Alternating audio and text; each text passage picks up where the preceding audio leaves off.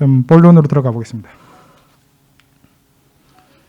자, DO16공지하고 관련된 이슈들을 좀 정리해 놓은 것들을 짧게 소개를 해드리면, 우선 그 DO16공지는 초음속 항공 장비의 환경 시험 기준 및 표준 절차를 제공하고 있고, 분야별로 26장으로 분류하고 있으며 3개의 부록으로 되어 있습니다.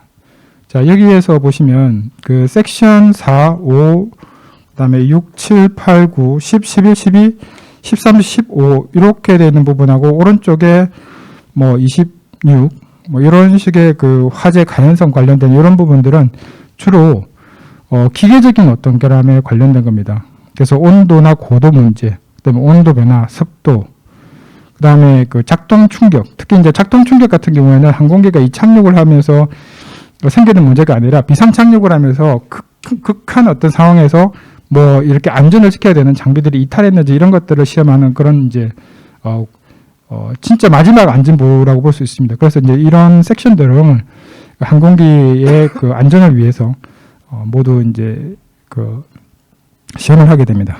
그래서 뭐 진동, 복순, 방수, 여기 이제 재밌는 게 하나 있는데요. 13번에 보시면 곰팡이에 대한 저항성도 있습니다. 그래서 항상 보시면 비행기를 타다 보면은 곰팡이 냄새 같은 게 안 난다는 생각이 드실 겁니다. 아, 청소를 잘했나 보다. 그럴 수도 있지만 일반적으로 이런 내성을 가진 그 뭐 이런 재료 등이 다 사용되도록 이렇게 배려가 되어 있습니다. 항공기 같은 경우에는 오랫동안 방치될 수도 있고, 이제 민항기 같은 경우에는 이제 자주 사용해서 그렇지 않을 수도 있지만, 그런 것들에 대한 그 내성이 존재를 하고 있는지 이런 것들을 봅니다. 그리고 재밌는 게 이 곰팡이 시험이 가장 오래 걸립니다. 자, 시험을 하겠습니다. 곰팡이 시험해 주세요. 이렇게 하면 되는 게 아니라 시험을 맡기면 그다음부터는 거기에 맞는 곰팡이를 배양을 합니다. 그래서 배양하고 그다음에 또 시험을 하는 기간이 약 한 45일 걸려요. 그리고 결론에 내려면 꽤 걸리고 한 석 달 걸립니다. 자, 그러면 뭐 항공기를 거기다가 한 석 달 이상 넉 달 이렇게 잡아놔야 되거든요. 그러면 다른 시험을 못 해요. 그래서 지금 보시면 항공기를 개발하시잖아요. 그러면은 그 파일럿으로 만든 그 프로토타입 모델이 한 개이면 안 돼요. 한 개 가지고 시험을 할 수가 없는 거죠. 기체가 2개나 있어야 될 겁니다. 그래서 아마 그 지금 KFX-21 같은 경우에도 KF-21 보라매 항공기 같은 경우에도 시제기를 여러 개 만드는데, 물론 이제 한 개를 만들어서 할 수도 있겠지만 여러 가지 시험을 동시다발적으로 해야 되는 상황이 생길 겁니다. 그래서 이런 시험을 할 때는 적어도 항공기가 3대 정도가 필요합니다.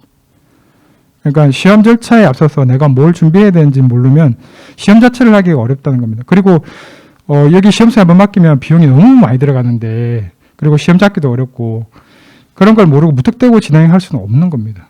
그래서 이런 절차에 대해서 미리 한번 알고 진행을 하셨으면 하는 부분에 좀 포커스를 둬서 말씀을 드렸고요. 자, 여기 환경시험 보시면 왼쪽 부분은 이제 빨간색으로 되어 있는 부분이 이제 기계적인 어떤 결함 부분, 오른쪽은 이제 주로 EMC와 관련된 그 전자기파와 관련된 이슈들만 모아놨습니다. 거기서 이제 뒷부분에서 언급을 좀 할 거지만 미리 학습하는 과정에서 여기 섹션 15에 보시면 마그네틱 이펙트라고 있어요.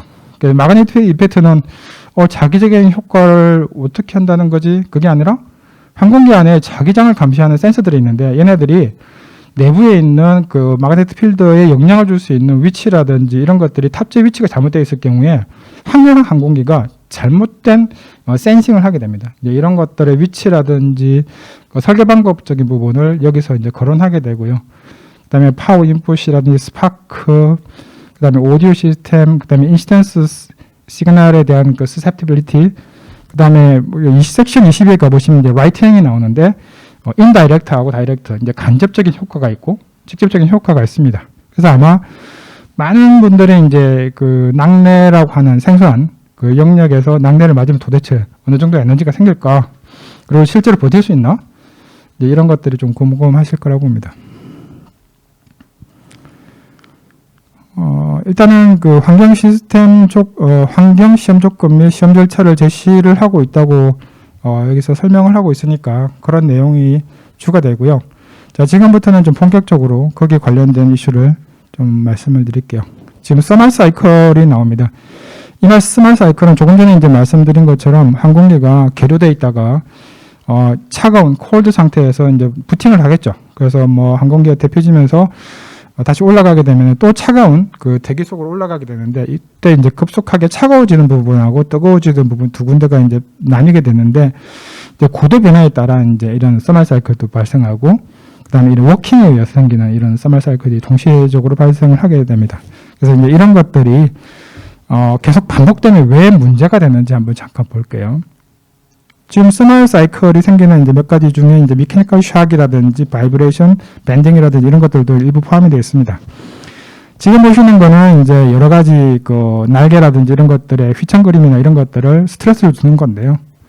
자, 지금 보시는 이제 이 도구는 NCS의 그 모션이라는 도구입니다.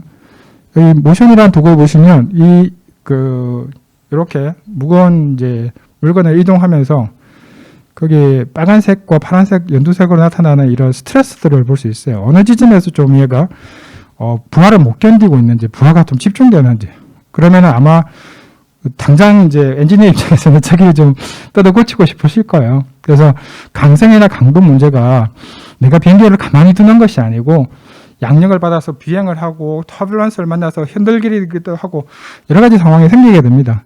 그래서 그런 이제 여러 가지 이슈들에 대한 방향성을 제시할 수 있도록 실시간으로 설계 및 디자인에서 이걸 캐치하는 이런 솔루션들이 지금 이제 존재를 하고 있습니다.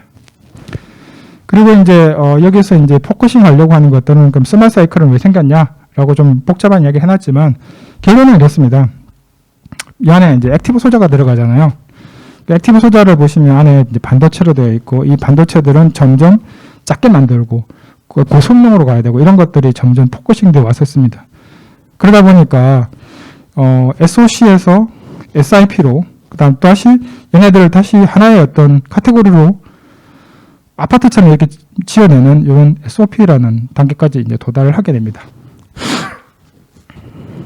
이때 이제 그 신뢰성은 당연히 이제 검증이 돼야 되지만 이때부터 열이라든지 EMI 문제가 더 극심해지게 되고 이 문제에 대해서 사실 좀 더 많이 고민을 하게 됩니다. 그래서 설계자 입장에서는 이 부분이 좀 그렇고요.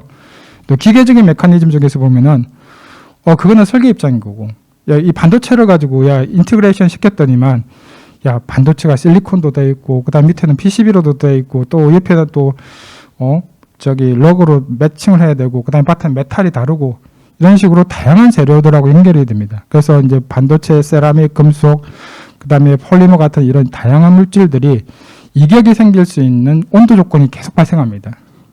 그래서 이제 플레이팅, 솔더링, 그다음에 접합에 의한 이런 에폭시, 라미네이트 되는 이런 구간 안에서 생기는 이런 이제 그 성질의 변화가 키포인트라고 볼 수 있습니다. 그래서 이제 이런 솔더 조인트에 대한 부분에 설계를 좀 더 어떻게 하면 좀 더 강도를 올릴 수 있는지 이런 것들을 여기서 이제 제시를 하고 있습니다. 제가 한 1시 40분까지 강연이 준비가 되어 있는데 사실 이게 30, 40분으로 할 수 있는 섹션은 아닙니다. 그래서 DO10G를 오늘 맛만 보는 걸로 하겠습니다. 굉장히 많아요. 제가 준비해 놓은 게 이게 꽤 되기 때문에 그 중에서 이제 일부 좀 포커싱 할 수 있는 몇 가지만 말씀을 좀 드리겠습니다. 우선 여기 보면 뒤로 가는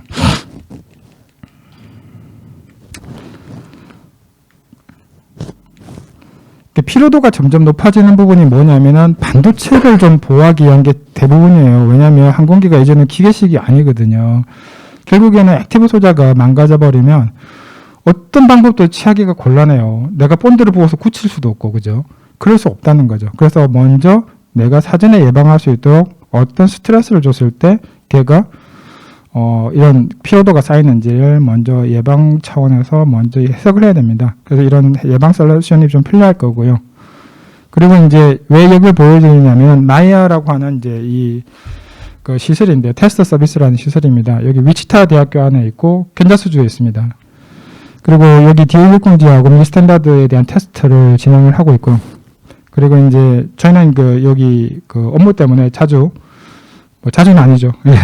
한두 번씩 이렇게 왔다 갔다 하는 곳입니다.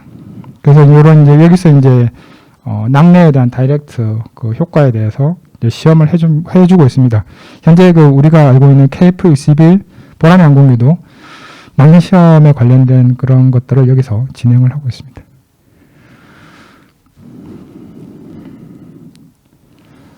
여기에 이제 좀 자세히 보시면 DER이라든지 뭐 실무 교육을 한다든지 여러 가지 이슈들을 여기서 제시를 하고 있는데요. 이런 것들은 이제 제가 나중에 자료로 배포하면 한번 보시고요.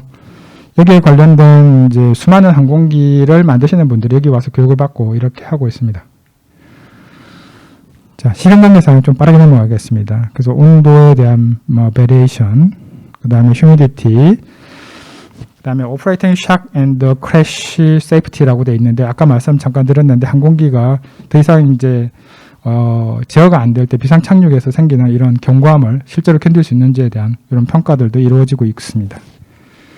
단계별로 굉장히 많은 이슈들이 있어요. 그런데 여기에 이제 뭐 불이 났다든지 그러면 불에 대한 어떤 내염에 대한 그 방염에 대한 이런 것들을 견딜 수 있는지 이런 것들을 시험 평가해야 되고요. 이제 뭐 제주도에 있는 항공기 같은 경우 녹이 빨리 쓸 거 아니에요. 그러면 이제 염수에 대한 반응이라든지 또는 염수 뭐 비바람이 쳐서 비행기에 그 바닷물이 쳤을 때 염수 스프레이 효과가 났다. 그러면 얘가 빨리 부식이 되느냐 이런 것들을 평가하는 항목까지 이렇게 여러 가지가 있습니다. 그 다음에 이제 이런 그 모래, 바람 이런 것들을 또 통과할 수 있죠. 우리나라 특히 이제 아시다시피 옆 나라 때문에 거기를 아주 그냥 샤워를 하면서 지나가고 있기 때문에 그런 부분들도 특히 이제 많이 고장 염려가 되는 부분이죠.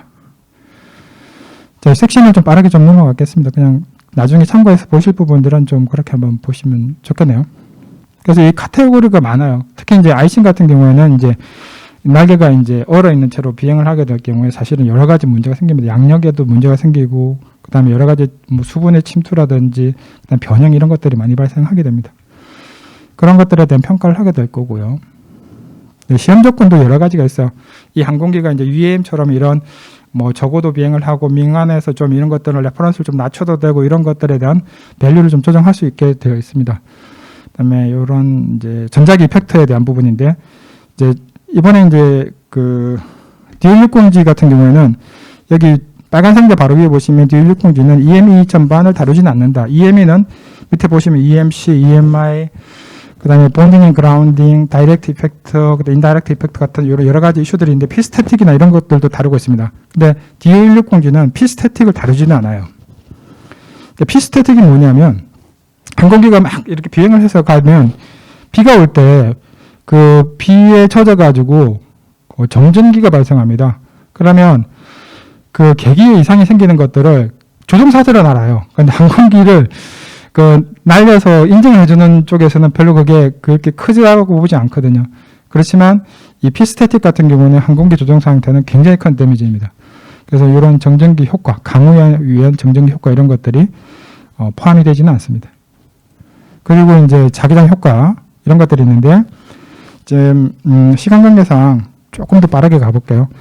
이제 자세 때문에 생기는 이런 그 자기장 센서류라든지 이런 것들을 어느 위치에다 어떻게 배열하느냐 이런 것들이 중요하고요. 또 하나는 이제 전자파일 겁니다. 지금 그림이 좀 작게 표시되어 있는데 항공기 앞쪽에 보시면 안테나가 하나 있어요. 그래서 안테나 쪽에서 얘가 항공기가 전자파를 많이 발생하나? 이런 것도 체크를 하고요. 반대로 이제 허프 같은 경우에는 전자파를 얘한테 직접적으로 강하게 때려가지고 어떤 부위에서 강하게 수신을 하고 있는지 이런 것들을 지금 이렇게 야외에서 이렇게 테스트를 합니다. 재밌는 게 야외에서 할 곳이 제일 없어요. 우리나라도. 지금 보면 이제 진주에 있는 그 항공기 시험장이 있긴 하지만 그 해내에도 있고요. 근데 거기에서 실내에서 할 수 있는 수준 정도 말고는 없습니다. 그 다음에 이제 간접 낙뢰 효과. 이게 이제 그 항공기를 시험할 때 만약에 낙뢰를 직접 때려가지고 얘가 죽는지 사는지 보면 이거 곤란하지 않습니까? 뭐 핸드폰이나 차량 정도야 뭐 떨어뜨려서 충돌해가지고 야 이거 어느 정도 파괴됐으니까 고쳐라 또는 승객을 보호하기 위해서 뭐 보강해라 이렇게 할 수 있는데 항공기는 그럴 정도의 비용이 아니지 않습니까? 너무 많이 비용이 들어가고 그다음에 다시 제작하기도 힘들기 때문에 그런 것들을 조금 시뮬레이션이라든지 아니면 간접적인 방법으로 이슈화할 수 있습니다. 에너지를 낮추는 단계를 정합니다. 그래서 그런 것들에 대한 효과가 이제 낙뢰에서 직접 낙뢰, 간접 낙뢰로 이렇게 볼 수 있습니다. 그래서 낙뢰 시험은 이제 이렇게 이루어지고요. 그다음에 시뮬레이션을 하는 경우에는 오른쪽 하단처럼 이런 시뮬레이션으로 그 이펙터의 효과를 확인할 수 있습니다. 이제 이런 조닝이 나옵니다. 이제 낙뢰를 공부해 보시면 바로 이렇게 이제 조닝에 대한 분석을 공부하실 수 있습니다. 그 다음에 항공기 시험평가에 관련된 부분인데요. 이제 조금만 정리를 해서 말씀드리면 미국 연방항공청 FAA라고 하죠. 거기에서 그 연방항공규격 14 CFR에서 가망 인정을 받도록 명시하였으며 이는 유럽도 마찬가지로 유럽항공안전청 ESA에서 같은 형태로 법을 제정한다. 즉 말하자면 같은 카테고리, 즉 허프라든지 아까 낙뢰 같은 이런 것들을 공이 가지고 있고요. 유사합니다. 심지어 내용이. 그래서 뭐 미국에서 시험한 거나 한국에서 시험한 거나 왜냐하면 어떤 하나를 레퍼런스 했기 때문에 굉장히 유사합니다. 그래서 서로 인정을 하고 있다. 이런 내용이고요. 그 다음에 이제 요거는 그 SA에서 이렇게 하고 있는 레퍼런스를 잠깐 보여드리는 겁니다. 여기에서도 이제 보면 항공전자 시험평가에서 아까 이야기도 말씀드린 것처럼 DO160G 같은 경우에는 필수태특이 빠져 있습니다. 라이트닝은 또 포함이 되어 있고요. 그 외에 이제 낙뢰 인증 시험에서 보시면 이제 인증 단계, 낙뢰 보호 단계가 있고, 그다음 테스트 계획 단계하고 테스트 절차 단계 이렇게 한 4군데, 5개 정도로 이제 구분할 수 있는데요. 이거는 이제 인증 단계를 다 설명드리면 시간이 많이 걸리니까 이렇게 이제 진행이 된다. 이렇게 보시면 될 것 같고, 이제 피격 구간이나 이런 것들을 이렇게 정리를 할 수 있습니다. 그 외에 이제 뭐 파편 시험이라든지 이런 여러 가지를 좀 진행을 할 수 있죠.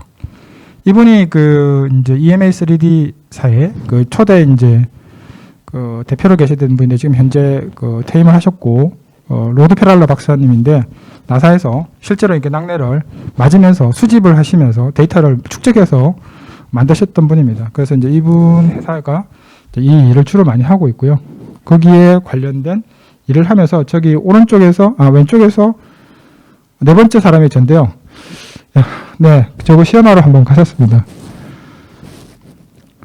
그래서 여기에서는 이제 이런 외부의 뭐 항공기 연료 탱크라든지 이런 것들을 직접적인 이제 시험을 하는데 직접 팍 하고 터뜨려버리면 안 되니까 얘가 실물이 터지지 않도록 하기 위한 시주들을 가지고 정리를 좀 해놨습니다.